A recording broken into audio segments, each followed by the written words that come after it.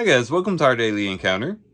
Today's reading ought to be encouraging for those who have loved ones, friends, family members, co-workers who are having a hard time accepting the message about Jesus Christ being resurrected from the dead.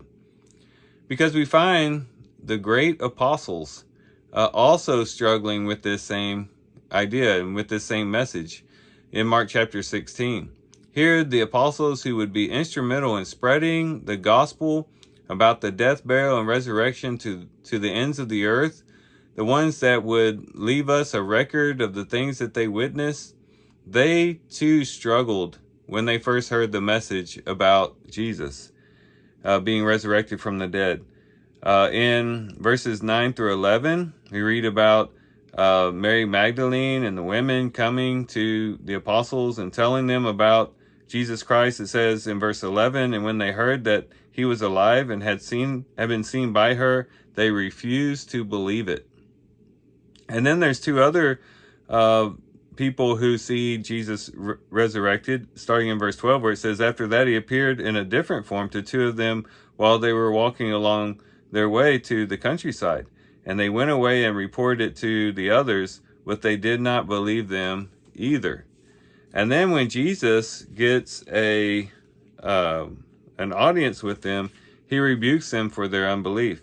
In verse 14, he says, afterward he appeared to the 11 themselves as they were reclining at the table, and he reproached them for their unbelief and hardness of heart, because they had not believed those who had seen him after he was risen. So Jesus said, I sent messengers to you to let you know that I have arisen, but you didn't listen to them. And really what they were telling you was exactly what I've been telling you all along, even before it happened, he could have said. And so he rebukes them for not receiving the message. But we do find that they do come to believe, of course, in Jesus being resurrected, mainly because they saw him themselves. And so this is not something they just conjured up out of their imagination or wasn't just wishful thinking. They didn't even believe it at first, but until they saw Jesus risen, then they believed it, and then was willing to actually die for what they knew to be true. And so this ought to encourage us once again, for those that we have in our lives, or for those who have people in their lives who are struggling to believe the message. The Lord has sent them messenger after messenger to tell them about Christ and about the gospel, but they just have a hard time believing it.